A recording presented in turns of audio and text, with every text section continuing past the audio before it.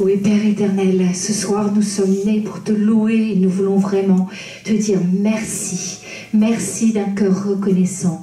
Ce soir, Père éternel, je te demande pour chacun de mes frères et de mes sœurs ici rassemblés une bénédiction particulière. Je te prie qu'aucun et aucune ne repartent sans avoir été bénis, fortifiés, encouragés, renouvelés, délivrés, guéris par toi. Saint-Esprit, Saint-Esprit, Saint-Esprit, nous t'invitons. Viens, Saint-Esprit, viens. Viens vraiment attester de ta parole, de la vérité de ta parole, de la puissance de ta parole. Ta parole est vivante. Ta parole est vivante. Et nous croyons ce soir que ta parole peut encore accomplir des miracles dans les cœurs. Je te prie vraiment que les chaînes tombent, les chaînes d'incrédulité tombent au nom de Jésus-Christ. Que toute pensée captive maintenant soit libérée au nom de Jésus-Christ. Et je lis tout esprit qui s'oppose à l'esprit du Dieu vivant, qui s'oppose au Saint-Esprit et à l'action du Saint-Esprit, ici, dans cette salle. Merci pour ta douce présence. Merci. Nous voulons t'honorer, Saint-Esprit. Nous voulons te dire que tu es... Nous croyons en toi. Nous croyons que tu es une personne. Et nous croyons que tu es là ce soir. Nous croyons que tu vas parler à nos cœurs. Père, je te prie de préparer nos cœurs. Est-ce que vous voulez bien mettre la main sur nos cœurs et répéter après moi? Saint-Esprit, Saint-Esprit, je veux encore une rencontre avec toi ce soir. encore une rencontre. Oui, je t'ai déjà rencontré. Je t'ai déjà reconnu comme mon sauveur, Seigneur. Mais Saint-Esprit, ce soir, je veux toucher ta présence. Je veux que tu te révèles encore plus à moi. Que ta parole pénètre dans mon cœur, dans ma vie, dans mon esprit, dans mes pensées, au plus profond de mon être.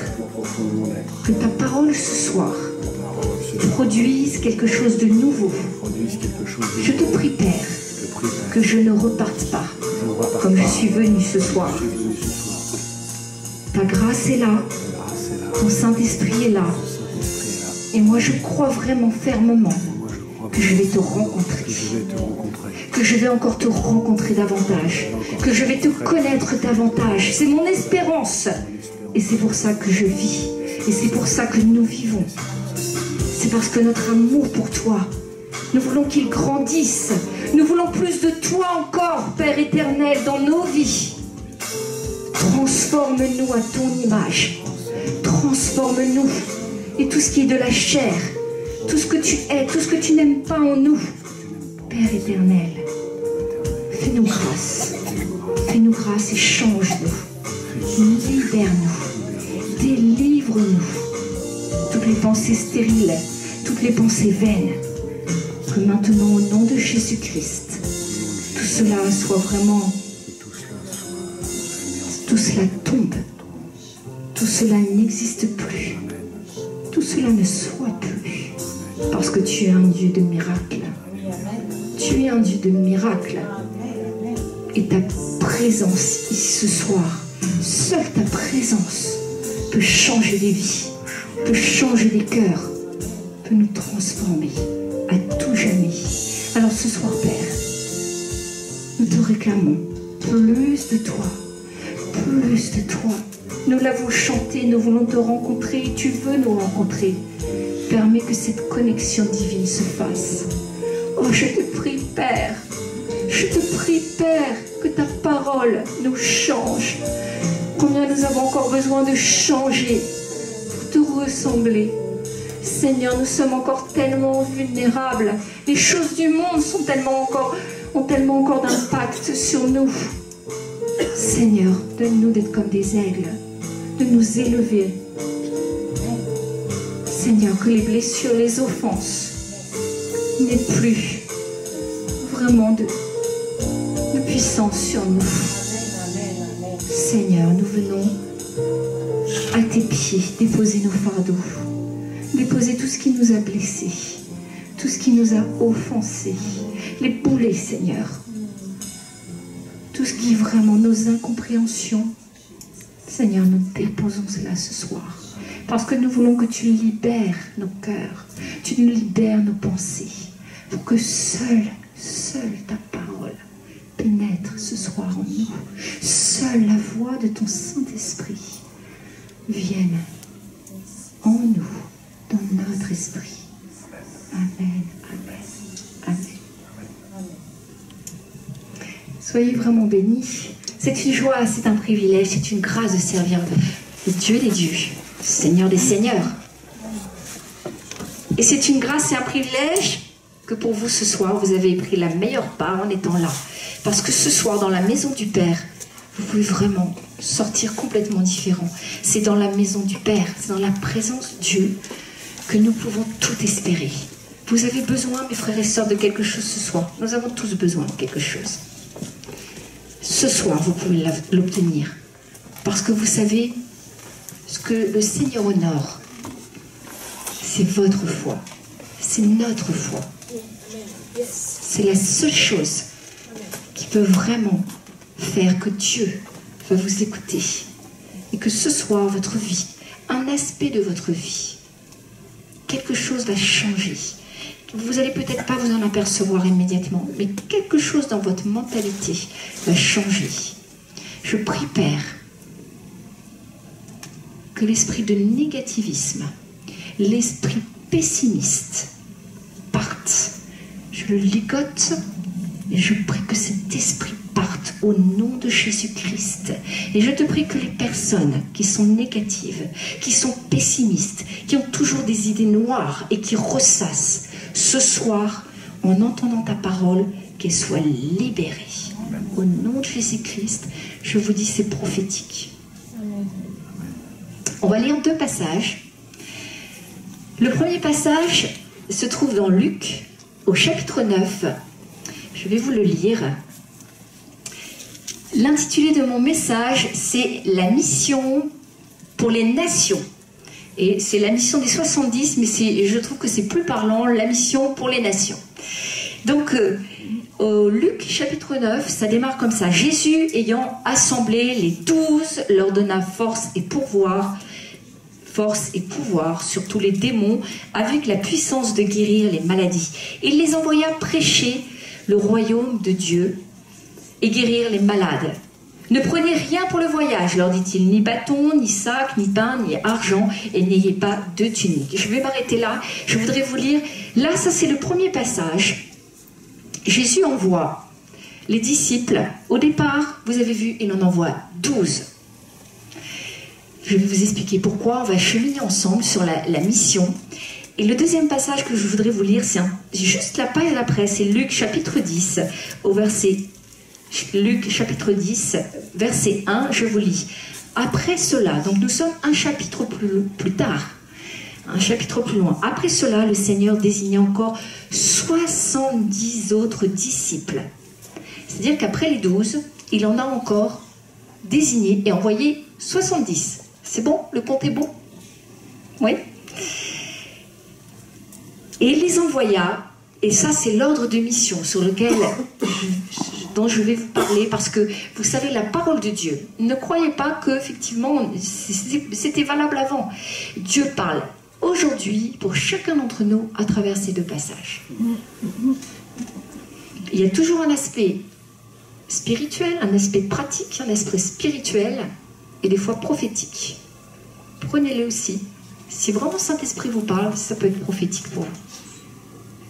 Après cela, le Seigneur désigna encore 70 autres disciples et les envoya 2 à 2 devant lui dans toutes les villes et dans tous les lieux où lui-même devait aller. Il leur dit, la moisson est grande, mais il y a peu d'ouvriers. Priez donc le maître de la moisson d'envoyer des ouvriers dans sa moisson. Partez, voici, je vous envoie comme des agneaux. Je vous envoie comme des agneaux au milieu des loups. Ne portez ni bourse, ni sac, ni souliers et ne saluez personne. En chemin, dans quelque maison que vous entriez, dites d'abord que la paix soit sur cette maison. Et s'il se trouve là un enfant de paix, votre paix reposera sur lui. Sinon, elle reviendra à vous. Demeurez dans cette maison-là, mangeant et buvant ce qu'on vous donnera. car l'ouvrier mérite son salaire. N'allez pas de maison en maison. Dans quelque ville que vous entriez et où l'on vous recevra, mangez ce qui vous sera présenté, guérissez les malades qui s'y trouveront et dites-leur, le royaume de Dieu s'est approché de vous. Le royaume de Dieu, vous savez que le royaume de Dieu s'est approché de nous. Amen. Amen. Voilà, la première chose, le Seigneur, bien sûr, s'adresse aux gens qu'il envoie dans le ministère. Mais je voudrais vous dire que voilà, c'est beaucoup plus large que ça dans ces deux passages. Et ça, le Seigneur s'adresse à chaque chrétien. Et c'est valable pour le ministère, bien sûr, mais c'est valable aussi pour le comportement de chaque chrétien. Et je vais vous démontrer comment. Jésus a d'abord, vous avez vu ce premier passage, Jésus a amené, il a rassemblé 12 personnes, 12 disciples. Vous savez, les disciples d'une personne, c'est ceux généralement qui nous sont le plus proches. C'est-à-dire qu'on partage tout avec eux.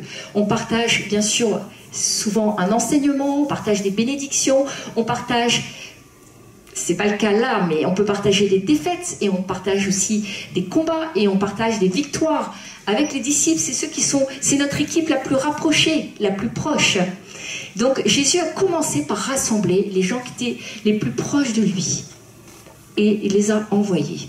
Et dans le deuxième passage, on voit que là, il a envoyé 70 disciples. Et là, vous savez, c'était les 70 disciples, c'était les ministères. Les ministères qui Jésus a commencé à vraiment envoyer dans le monde des ministères. Mais ce n'était que le début. Parce que nous sommes la main. Nous sommes la main encore, le prolongement de ces 70 ministères que Jésus a envoyés. Pourquoi 12 ? C'était vraiment, ça représentait, vous savez, souvent c'est des références à l'Ancien Testament, donc c'était les 12 tribus d'Israël. Donc Jésus à travers ça a dit, voilà, moi, ces 12 personnes-là vont d'abord aller apporter l'onction à Israël. Et puis, après Israël, puisqu'on sait ce qui s'est passé, Israël n'a pas voulu du Sauveur. Donc après, Jésus a dit, les 70 vont aller à travers les nations. C'était pour répandre les ministères. Les 12 au départ, évidemment, étaient oints par Jésus pour aller annoncer la bonne nouvelle, et les 70 étaient oints pour aller dans le monde entier. 70, c'est le chiffre des nations, et c'est le chiffre de la grâce pour les nations. C'est pour ça que j'ai intitulé mon message « La mission pour les nations ». Parce que nous sommes, frères et sœurs, encore aujourd'hui dans cette mission pour les nations. Alors vous allez me dire, c'est de l'évangélisation. Oui, c'est quelque part dans le cadre de l'évangélisation, mais c'est beaucoup plus vaste. C'est dans le cadre du ministère, c'est dans le cadre de notre comportement. Quand on doit aussi aller... Nous sommes dans les nations. Si je prends quelqu'un, je le mets là. Jésus a dit, allez à Jérusalem, allez en Judée, en Samarie et aux extrémités de la terre. Aujourd'hui, frères et sœurs, je voudrais vous dire, nous sommes aux extrémités de la terre. Chacun pour soi, nous sommes aux extrémités de la terre. Nous avons un devoir d'évangéliser. Ça, c'est une leçon spirituelle. C'est la première leçon que je voudrais que vous reteniez. Seigneur, Dieu, nous donne toujours un test. C'est-à-dire qu'il commence par nous former. Nous pouvons avoir une formation qui est évangélique. On fait une école où on peut avoir une formation qui est beaucoup moins évangélique. Nous sommes à l'école du Saint-Esprit. Et le Saint-Esprit nous forme petit à petit. Parce que nous sommes dans le service. Et donc, qu'est-ce que nous allons faire de ce que nous avons reçu ? Et le Seigneur va nous tester. Est-ce qu'on est capable, au départ, de transmettre enseignement, bénédiction, onction aux gens qui nous sont proches? Si nous en sommes capables, Dieu nous enverra transmettre cela à beaucoup plus de personnes. Donc le premier test, c'est ce que j'ai appris. Vous savez, il est toujours question de recevoir et de transmettre tout de suite ce qu'on a reçu. Il est question de recevoir, d'appliquer la parole et de transmettre. Il ne faut jamais garder. La première chose, il faut transmettre aux gens qui sont autour de nous. Les parents, transmettez à vos enfants. Enseignez vos enfants. Dites, mon fils, ma fille, écoute, assieds-toi. Moi, j'ai un enseignement, tu vois. Je vais te donner un exemple. Je n'ai pas besoin de te dire qui c'est. Mais voilà, il s'est passé ça, et ça, et ça. Et moi, je vais t'enseigner à travers ça. Je vais te donner, tu vas voir, c'est très pratique. Tu vas comprendre comment ça se passe spirituellement. Et je veux que tu t'en souviennes, parce que je veux que tu serves le Seigneur, et tu ne referas pas ces erreurs-là. Et toi, la personne, notre enfant, nos proches vont engranger tout ça. Et à leur tour, ils vont aussi aller le transmettre à d'autres personnes, peut-être des amis, etc. Vous savez, je m'adresse même aux parents qui ont des jeunes enfants. Transmettez-leur des enseignements de la vie spirituelle de tous les jours. Parce que plus tard, parce que déjà vous aurez passé le test, et parce que plus tard, ils pourront aussi le transmettre, et de la bonne manière. Le centre de mon message, c'est sur pourquoi est-ce que c'est le fait que Jésus convoque les 70. Vous savez, il y a Moïse, il avait convoqué 70 anciens. Vous vous en souvenez de ce passage-là? Il avait convoqué 70 anciens parce qu'il voulait leur transmettre une onction prophétique pour qu'ils s'occupent du peuple. Moïse ne pouvait pas y arriver seul. Donc il a dit, ces 70-là, je les mets à part, ils vont s'occuper du peuple. Et ce qu'a fait Jésus, pour les Juifs, c'était très parlant. Parce que ça leur a parlé, parce qu'ils ont compris qu'en fait, ce que Jésus faisait, Moïse l'avait déjà fait. Et donc pour eux, leur cœur était déjà prêt à comprendre cela. Jésus est venu et il a accompli la prophétie. Il est rentré. Vous comprenez, c'était important pour les Juifs que Jésus puisse respecter la loi. Donc Jésus, pour eux, ça leur a beaucoup parlé. Ils se sont dit, mais ça nous rappelle Moïse. Moïse a déjà fait ça. Il a convoqué les 70. Et quand Jésus l'a fait, leur cœur, c'était pour...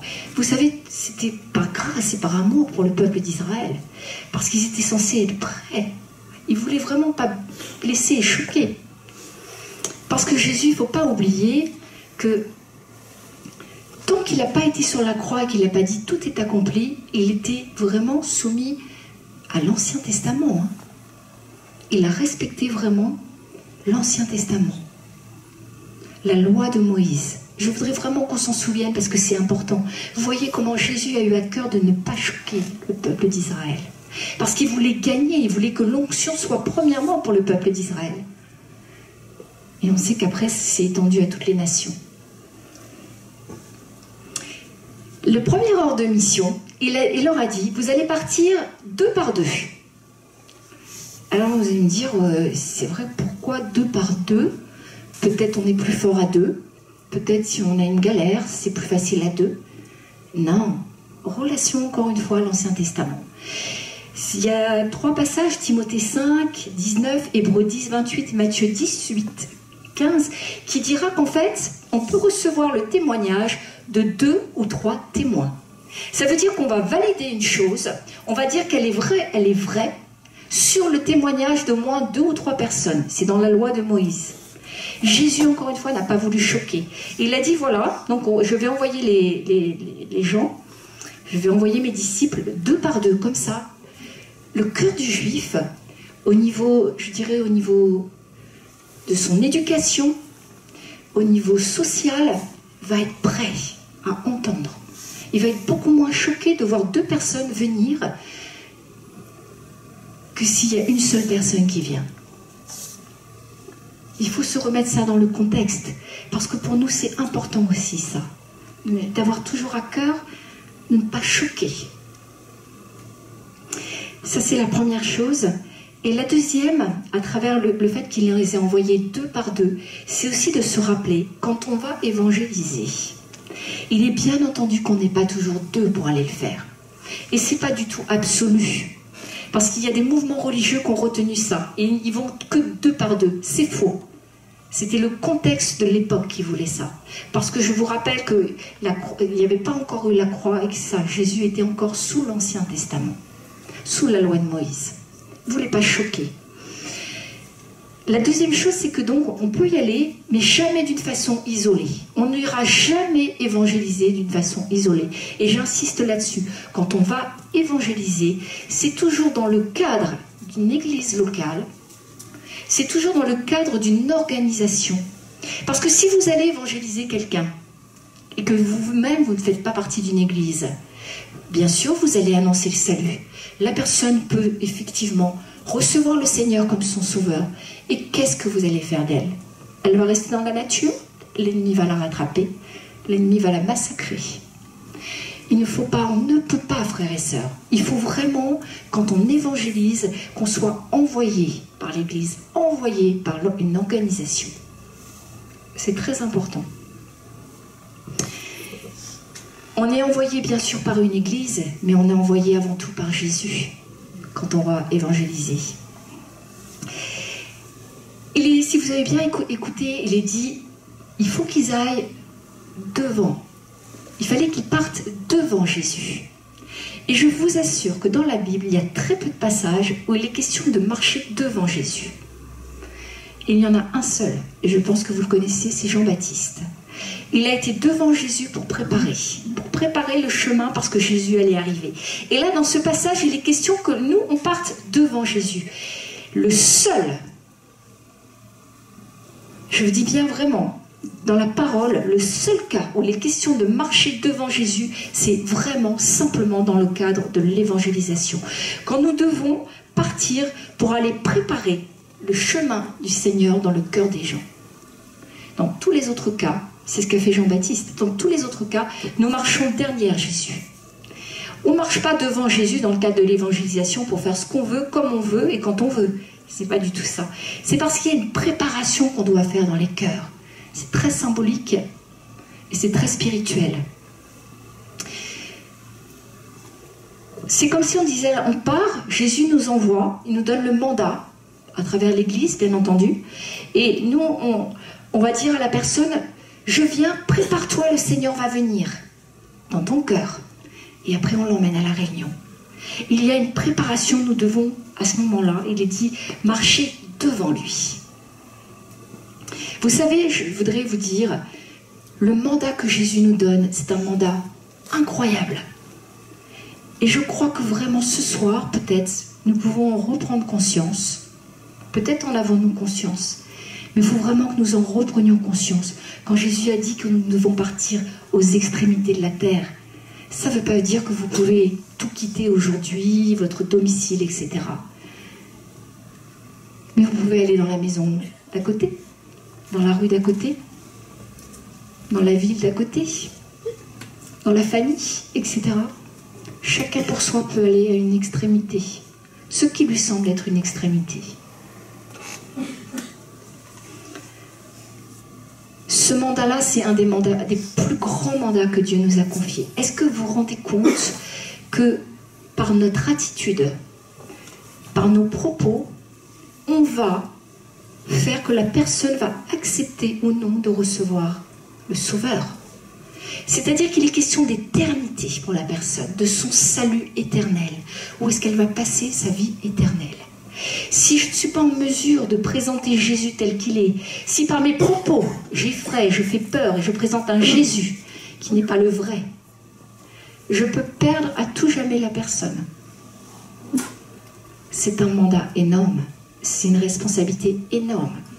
Et Jésus a dit, il ne l'a pas dit je vais aller le faire, il a dit allez, allez et annoncez. Je dois vous dire que peut-être nous avons à nous remettre en question dans ce domaine. Est-ce que nous prenons avec beaucoup de sérieux la vie spirituelle des gens en nous disant j'ai ce mandat de Jésus de venir et de préparer le cœur, de préparer le cœur de la personne pour qu'elle reçoive Jésus. C'est sa vie éternelle. Quel mandat, mes frères et sœurs. Si je suis énervée, si je ne réponds pas à ces questions, si je ne réponds pas de la bonne façon, la personne peut se fermer à tout jamais. Nous l'avons vu, nous le savons. Ensuite, il est dit, priez le maître d'envoyer dans sa moisson. Je voudrais vous dire que là, il est question du Saint-Esprit. C'est le Saint-Esprit qui envoie dans la moisson. C'est le troisième, je dirais le troisième commandement de mission. Et là, c'est de développer l'esprit de relève. Vous savez, quand les 70 sont partis, pourquoi Jésus leur a dit ça? Parce que Jésus savait très bien qu'il y avait les 12, c'était les fondements, il y avait les 70 qui étaient censés partir vraiment dans le monde entier, Mais Jésus savait que physiquement, ça n'allait pas s'arrêter là. C'était le début simplement. Les 70 représentent tous les ministères. Vous savez, à travers les 70, c'est l'ensemble des ministères qui étaient représentés. Les ministères que Jésus allait mettre en place. Il y avait une onction sur 70. Ils sont partis dans le monde entier. Ils ont fait des guérisons. Et Jésus a dit, oui, mais il arrivera un temps où moi je ne serai plus là physiquement. Il faut que vous pensiez à la relève. Priez prophétiquement le Saint-Esprit afin qu'il envoie, après vous, quand moi je ne serai plus là, d'autres ministères. Nous sommes là, frères et sœurs. Nous sommes, pour quelques-uns, ces ministères pour lesquels le Saint-Esprit a été prié, le Saint-Esprit a été sollicité. Ce n'est pas un homme qui peut nous appeler. Ce n'est pas un homme. Ce n'est pas vous-même qui pouvez vous appeler. On ne peut pas s'appeler. C'est le Saint-Esprit qui choisit, qui appelle. Mais nous devons, nous, cultiver cet esprit de relève en disant, Seigneur, écoute, voilà, j'évangélise déjà dans mon quartier, j'évangélise. Je sais pas, c'est pas forcément l'évangélisation, ça peut être bien d'autres choses. Je chante, je fais de l'humanitaire, enfin peu importe tout ce que vous faites pour le Seigneur. Mais vraiment, Saint-Esprit, je te prie pour la relève. Parce qu'après moi, il y en aura encore beaucoup d'autres. L'esprit de relève. Ça peut être fait, bien sûr, on prie le Saint-Esprit, mais c'est aussi de pouvoir aussi aider les jeunes. C'est pouvoir vraiment être là à côté des jeunes et les former. Ça passera pas forcément par une école théologique. Mais vous comprenez, c'est d'avoir cette envie. Quand on joue d'un instrument, c'est de dire, mais moi, il faut que je pense à la relève. Parce qu'un jour, peut-être, je ne jouerai plus de cet instrument. Mais Saint-Esprit envoie des ouvriers dans la moisson. Envoie des musiciens qui soient excellents, qui puissent te louer, t'adorer à travers la musique. Comme moi, j'ai pu le faire pendant tant d'années. Pensons, frères et sœurs, à la relève. Parce que c'est vraiment... Jésus nous l'a demandé. Et c'est toujours valable pour aujourd'hui. Ne croyons pas qu'après nous, la vie s'arrêtera. Non. Ça va continuer. Les ministères vont continuer. L'évangélisation va continuer. Alléluia et Amen. Heureusement. Pour toutes les nations. Après, il a dit, je vous envoie comme des agneaux devant les loups. Oui, nous devons savoir. Je crois que le chrétien n'est pas un crétin, hein. Il doit savoir où il met les pieds. Il sait que nous savons que nous sommes en terrain hostile. Nous savons que dès l'instant où nous sommes missionnés et mandatés par Jésus, nous allons déplaire. Nous le savons. Est-ce que nous en prenons toujours conscience? Vous pouvez être dans un immeuble. Vous n'imaginez pas spirituellement ce que vous pouvez dégager. Vous pouvez être dans un immeuble. Et puis, tous les soirs, il y a des problèmes. Les voisins qui crient, qui se chamaillent, qui se disputent. Parce que l'esprit qui est en vous les dérange. Simplement parce que l'esprit qui est en vous les dérange. J'ai vu une fois dans la rue me mettre à prier en langue, une personne à côté de moi qui a hurlé, poussé un hurlement. Je dis, qu'est-ce qui se passe? J'ai eu peur. Et après, je dis, je prie en langue. L'esprit qui est en moi dérange. Il est bien entendu que votre présence, vous n'avez pas besoin de parler en langue, votre présence va déclencher une hostilité. Effectivement, nous sommes envoyés comme des agneaux au milieu des loups. N'ayons pas peur. Dieu préserve les agneaux que nous sommes. Dieu a promis une protection pour nous parce qu'il nous envoie et que nous sommes mandatés. Nous avons un mandat. Il est dit dans ce passage qu'il fallait qu'il n'emmène ni bourse, ni sac, ni souliers. Ce n'est pas absolu, parce qu'il y a un autre passage, c'est dans Luc 22, 35 à 36, où là c'est le contraire. Il faut qu'il parte avec des sacs, des couteaux, etc. Dans ce passage, dans ce contexte, il était question de la confiance. Il fallait que les disciples, à ce moment-là, puissent au moins une fois expérimenter une totale confiance dans leur maître. Je vais vous dire que quand vous rentrez, quand vous commencez à faire des expériences, ceux qui sont partis en mission par exemple, qui ont fait des choses comme ça, qui sortent un peu peut-être de l'ordinaire, mais ça peut être une mission ici, dans notre pays. Si vous partez, vous avez prévu des tas de choses, des bagages, des vêtements, mais croyez aussi que peut-être il vous manquera quelque chose, et peut-être même Dieu permettra qu'il vous manque quelque chose, pour éprouver votre confiance et pour vous montrer qu'il pourvoira. Amen. Amen. Dieu ne nous laisse pas. Quand il nous mandate et qu'il nous envoie, il nous donne aussi le nécessaire. Il voulait que ses disciples expérimentent ça, la première fois. La deuxième fois, on était dans un autre contexte différent. C'était juste avant la croix. Il leur dit ne saluer personne en chemin. Alors, nous sommes chrétiens, mais nous ne sommes pas associables, n'est-ce pas? Pourquoi est-ce que Jésus a pu leur dire ne saluer personne en chemin? Je voudrais simplement vous dire que voilà, quand nous sommes mandatés, quel que soit le mandat, par exemple tout à l'heure, il y a eu les chantres qui se sont installés là, et je vous assure que quand nous venons là sur l'estrade, c'est pas facile, c'est très difficile, parce que comme les autres, nous avons des soucis, des fardeaux, etc. Mais là, il était question, quand tu viens, quand je t'envoie, il ne faut pas que tu sois chargé de tes problèmes. Tu ne peux pas être chargé de tes problèmes. Quand tu pars pour évangéliser, il faut que tu sois déchargé avant de tes problèmes. Sinon, tu ne vas pas servir le Seigneur efficacement. Ça ne va pas être possible. Il faut vraiment, et là j'insiste sur ce point, faire attention aux gens qui nous polluent. Il y a des gens qui sont spécialistes pour vous polluer. Ils viendront, ils vous diront des choses, ils vous chargeront d'un seul coup d'un poids. Et vous aurez beaucoup plus de mal à garder l'objectif. Vous aurez beaucoup plus de mal à garder votre joie et être vraiment efficace. Quand Jésus a dit ne saluer personne en chemin, il savait de quoi il parlait. Il les envoyait, il y avait un objectif, il fallait qu'ils l'atteignent. Et si entre-temps, il y avait des gens qui les arrêtaient, qui les polluaient, qui les chargeaient de leurs problèmes, et je vais te raconter ça, et prie pour moi, etc. On a pu le voir avec Jésus aussi, combien il a été arrêté souvent. Mais c'était Jésus. Les disciples, il fallait, voilà, ils avaient leur objectif, et il ne fallait pas qu'ils s'arrêtent en chemin, ne soient pas pollués. Je crois que quand on vient, quel que soit le service, si vous venez dans l'église, il y aura une opposition. Et si vous venez et que vous avez été pollué, quelque temps avant, ça va être compliqué. Ça veut dire que là, quelquefois, il va vraiment falloir que je me bouche les oreilles, je mette un temps à part. C'est d'autant plus valable si vous avez une responsabilité. Vous savez, comptoir de librairie.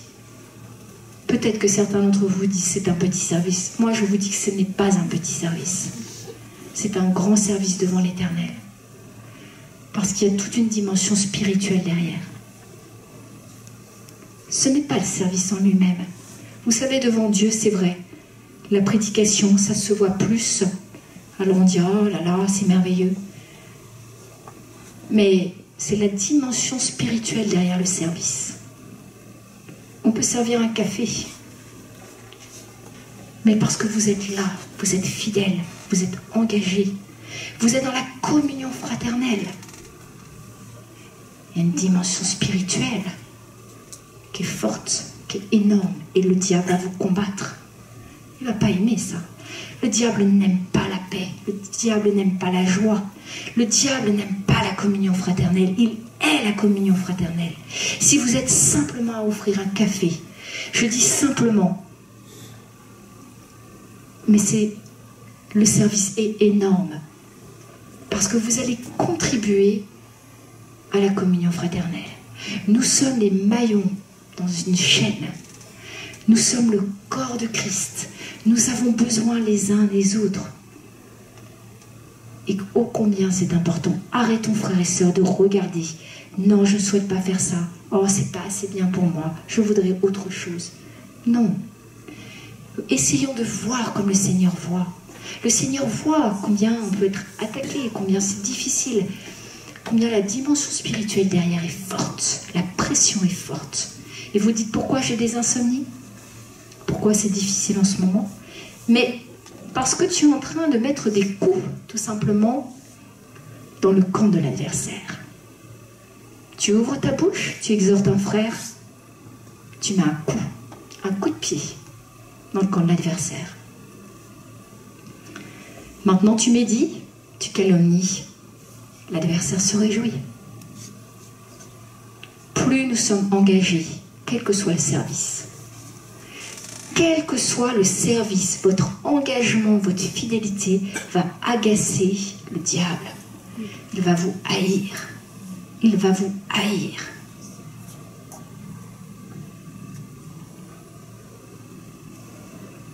Nous devons donner la paix. Je vais passer assez vite sur les autres.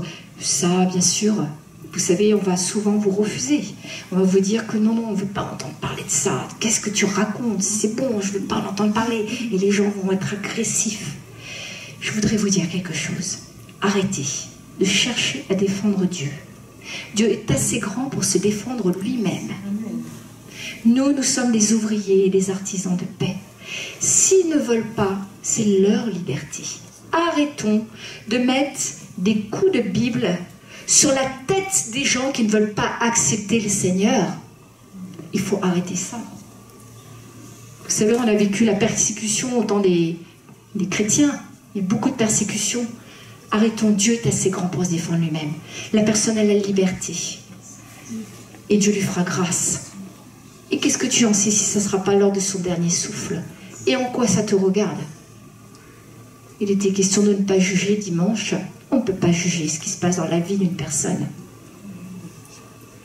Accepter l'hospitalité. Jésus dira accepter l'hospitalité. Aujourd'hui, difficile ça. Ah, c'est un point... On a du mal. Alors peut-être vous allez me dire oui, mais enfin, avant, il y avait moins d'insécurité, etc. Non. Je ne crois pas. C'est différent, le contexte est différent. Mais aujourd'hui, l'hospitalité, c'est problématique chez nous, dans nos sociétés modernes. Si on est accueilli, on veut être accueilli dans de bonnes conditions. Et puis, on peut râler. Ah oui, je vous assure. Parce que on voudrait être mieux accueilli. Et puis, on voudrait manger différemment. On estime toujours que c'est pas assez bien, etc. Non. Ce qui est important et ce qui compte, et je vais essayer dans Matthieu 10, 40, ça m'a vraiment interpellée. Je ne peux pas en parler beaucoup ce soir, mais il y aurait toute une prédication à faire dessus. Écoutez ce verset. Si vous recevez un prophète en qualité de prophète, vous recevrez une récompense de prophète. Si vous recevez un juste, nous sommes justes, vous êtes juste, je suis juste. Donc si quelqu'un nous reçoit, frères et sœurs, si vous recevez un juste en qualité de juste, vous recevrez une récompense de juste. C'est pas la façon dont vous allez être reçu. C'est la façon dont la personne va vous recevoir. Est-ce qu'elle va vous recevoir comme une personne ordinaire ou est-ce qu'elle va vous recevoir comme un envoyé de Dieu? Auquel cas elle sera bénie et vous serez bénis. Mais quelquefois, il faut accepter d'être logé un peu à la dure. Surtout dans le cadre de l'évangélisation. C'est pour ça que Jésus a dit exercer, parce qu'il faut aussi nous, exercer l'hospitalité, c'est pas toujours facile, on n'a pas toujours envie, mais des fois c'est nécessaire aussi. Combien de fois, mon mari et moi, nous avons exercé l'hospitalité avec des gens qu'on ne connaissait pas vraiment par amour, parce qu'on voulait vraiment évangéliser et on sentait qu'il fallait que la personne reste un temps chez nous. Et je vous assure qu'il y a des fruits. Mais ça coûte, je vous assure, ça coûte. Parce que c'est pas notre éducation, elle se lave pas les mains, elle mange pas comme on voudrait, oh, elle est désagréable, etc. Vous vous reconnaissez? Dites qu'il n'y a pas que moi. Exerçons l'hospitalité. Et quand nous sommes invités, bénissons ceux qui nous reçoivent. Surtout s'ils savent que vous êtes un enfant de Dieu. La grâce qui est sur vous. N'allez pas de maison en maison. Alors, si vous amenez quelqu'un au Seigneur, vraiment, évitez de l'emmener d'église en église. Il faut vraiment que nous soyons stables. Dieu veut, quand il vous envoie, la stabilité. Nous devons apporter à la personne. C'est d'autant plus vrai si vous êtes un père et une mère spirituelle. Il faut que la stabilité, vous puissiez la transmettre aussi.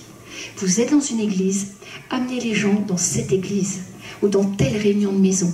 Et ne l'emmenez pas à droite et à gauche. Elle va être complètement déstabilisée, perturbée, elle entendra des choses différentes, elle ne va plus rien comprendre. Manger de tout, bon, là, c'est pareil, ça rejoint un peu l'hospitalité. Vous pouvez être amené à manger des fourmis.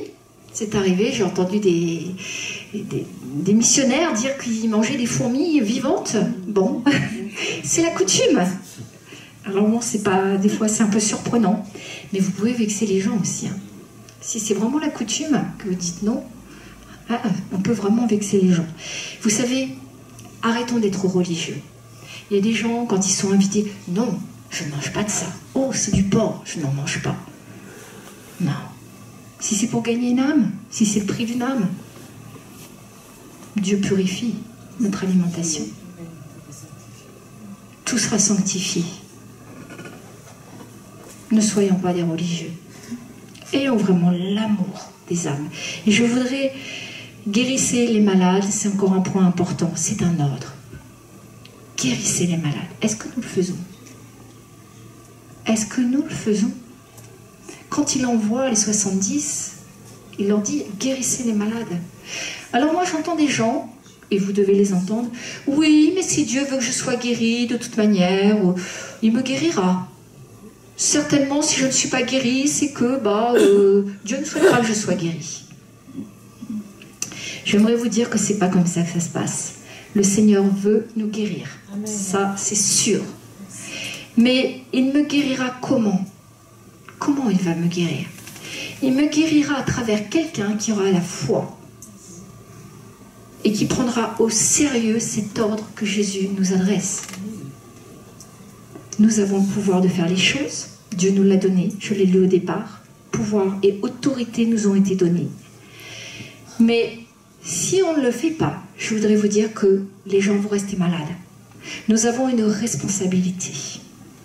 Nous avons, je vais mal dire, non pas une obligation de résultat, mais de moyens. Le résultat appartient à Dieu. Ça ne m'appartient pas de savoir si la personne a été guérie ou pas. Et si elle n'a pas été guérie, pourquoi elle n'a pas été guérie? Je n'ai pas à me poser ces questions-là, c'est Dieu qui guérit. Mais moi, j'ai une obligation de moyens. Et quand Jésus dit « guérissez les malades », je dois prendre ça très au sérieux. Et si dans le cadre de l'évangélisation, j'ai une voisine et qu'elle est malade, et qu'elle me parle de sa maladie, je lui dis « moi, je suis croyante, si vous voulez, et c'est arrivé, je vais prier pour vous. Oui, je veux bien. Je prie pour elle. Elle est guérie, elle n'est pas guérie. Je dormirai tout aussi bien. Mais moi, j'ai accompli mon mandat et j'ai fait ce que Dieu m'a demandé de faire. Dieu va honorer ça. Et votre foi va grandir. Votre foi va grandir parce que vous allez l'exercer. Combien de fois dans le mois, combien de fois dans l'année, est-ce que nous avons prié pour les malades? Nous comptons sur le pasteur, nous comptons sur les anciens, sur les responsables. Non, dans le cadre de l'évangélisation, le mandat vous est donné. Priez pour les malades.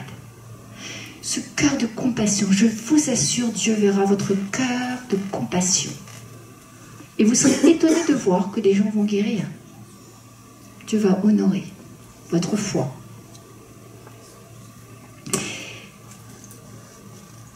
Mais nous avons une responsabilité. Arrêtons de dire « oh, mais les gens, ils ne sont pas malades, c'est parce qu'ils ne viennent pas souvent au culte, c'est parce qu'ils ne sont pas fidèles, etc. » Mais est-ce que tu as été voir la personne? Est-ce que tu as prié pour elle? Non. Et je finirai. C'est la dernière recommandation, qui est la 12e. Chiffre 12. C'est secouer la poussière. Alors, des fois, on est très attaqué. Ça vous dit quelque chose? Des fois, on est très attaqué. De différentes manières. C'est pas toujours spirituel. Il ne faut pas tout spiritualiser. Mais des fois, on sait que c'est spirituel. On sait, on le sent dans les pensées. On est attaqué dans notre santé. On est attaqué dans nos finances, dans notre famille, etc. On le sent. Alors des fois on est attaqué, mais vous savez quand on est missionné, quand on continue et on persévère dans le service pour Dieu, il est question, donc la poussière c'est une image de tout ce qui est naturel et de tout ce qui est charnel, puisque l'homme est poussière et retournera à la poussière. Donc il est question de la mémoire des frustrations. Quand on va dans le service, quand on est dans le service, quand on est chrétien, et qu'on prend son engagement au sérieux, on aura forcément des attaques, on aura forcément des frustrations. Des moments où on va se sentir très mal, découragé, abattu, amer, blessé, offensé, offusqué, sentiment d'injustice. C'est inévitable. Il est écrit « secouez la poussière ». Vous êtes inapte à ce moment-là, à continuer et à aller plus loin, sauf de secouer la poussière. Alors, c'est pas au niveau des pieds que ça se passe. Je voulais voir votre réaction. C'est quoi? C'est-à-dire, voilà, je suis partie évangéliser avec une équipe, ça s'est très mal passé. Franchement, j'en ai pris plein la tête. Les gens m'ont insulté, plein de problèmes, et puis voilà, c'est pire qu'avant, etc. Et puis, moi, je sers dans l'église, je me fatigue à faire des tas de choses, les gens ne sont absolument pas reconnaissants, et puis c'est des critiques et incessantes. Oui, il faut que nous soyons sincères, on est quand même souvent vexés, offensés et blessés. Blessés, souvent. C'est pas ça le problème. Il faut qu'on prenne conscience que pour continuer dans le service, il va falloir vider, secouer notre tête de toute cette poussière. Il va falloir vider notre tête de toute cette poussière, c'est ce que Jésus a dit. Il a dit, si on ne vous reçoit pas, si on vous offense, si on vous blesse, si on vous vexe, etc., si on vous méprise, faites sortir tout ça de votre tête. Oubliez les frustrations, oubliez les blessures, oubliez les offenses, parce que sinon vous serez inapte pour continuer avec moi. C'est vraiment important. Si tu regardes en arrière, tu ne pourras pas continuer à marcher en avant. C'est impossible. Si je me mets à regarder en arrière, je ne peux pas, à moins d'être en reculant comme ça. Je vais me casser la figure. Je ne le fais pas. Il n'y a aucun grand homme et grande femme de Dieu qui réussit avec le Seigneur en gardant des frustrations et de l'amertume. C'est impossible.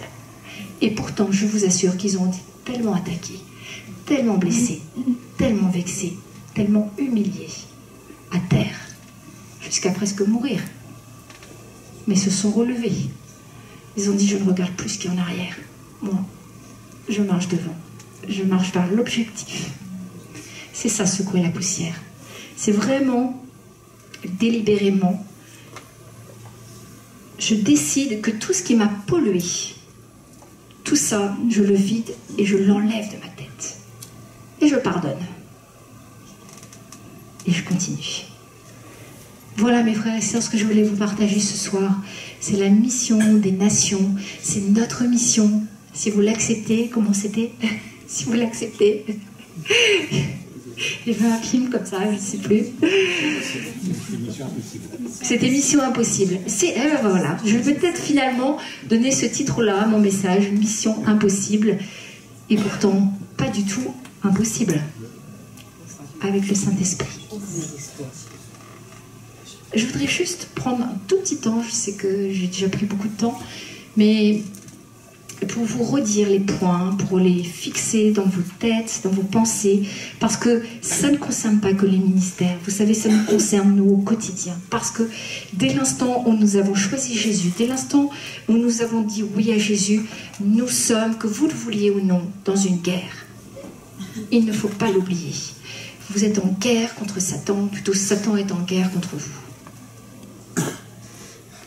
Donc, la première chose, c'est quand vous partez, vous pouvez évangéliser, mais toujours dans le cadre de l'Église. C'est-à-dire, j'ai l'objectif d'emmener la personne dans l'Église. Je ne peux pas la laisser dans la nature, elle va mourir.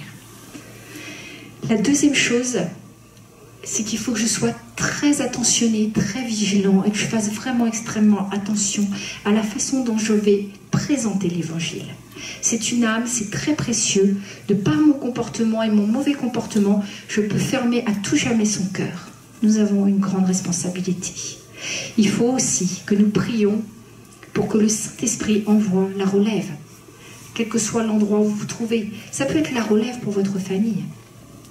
Seigneur, je suis le seul chrétien dans ma famille. Si moi je disparais, il n'y aura plus personne. Envoie la relève. Le Seigneur nous prévient que nous sommes en terrain hostile. Il nous dit qu'il faut qu'on lui fasse confiance. Ni bourse, ni sac, ni souliers.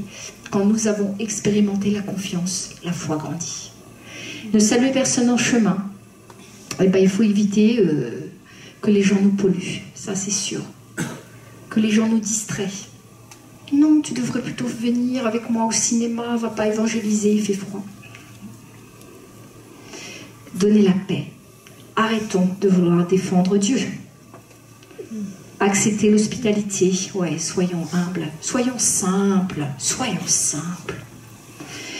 N'allez pas de maison en maison. Arrêtons de déstabiliser les gens en leur disant « Cette église, elle n'est pas bien. Celle-là, il y a des problèmes. Et celle-là, il y a des problèmes. » Mais mon frère, ma soeur, il y a des problèmes partout. On est sur terre.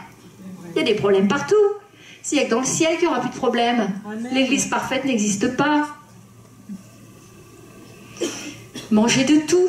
Arrêtons d'être religieux. Franchement, arrêtons d'être religieux. Guérissez les malades. Oui. Par la foi maintenant, ce soir. S'il y a une chose qu'il faut retenir, exercez votre foi. Vous avez un voisin, il est malade, il est mourant. Vous lui parlez du Seigneur, vous lui dites, tu acceptes que je prie pour toi, moi je crois, j'ai un Dieu qui guérit. Priez en toute simplicité, mais avec foi. Une simplicité et une grande foi. Vous avez, s'il n'est pas guéri, c'est pas pour ça qu'il vous en voudra. Vous dites, c'est Dieu qui guérit, hein. Moi c'est, tu vois avec lui, c'est pas moi. Mais moi j'ai prié. Et secouez la poussière. Si vous gardez, je voudrais vous dire ce soir, si vous gardez encore des choses contre l'Église, contre les responsables, contre qui que ce soit, parce que vous avez été blessé, offensé, stop. Décidez d'arrêter. Vous n'irez jamais loin avec ça. Vous ne pourrez pas continuer. Dieu ne va pas pouvoir faire grand-chose avec votre vie. Humiliez-vous. C'est vrai, je reconnais vraiment que j'en ai vraiment voulu à cette personne au point de peut-être la haïr, de vouloir me venger. Dieu comprend. Vous savez, Dieu comprend. Mais changez derrière. Si c'est pour ne pas changer, alors c'est pas la peine. Ne gardons pas rancune. Vous savez, c'est vrai, j'ai aimé, ne jugez pas.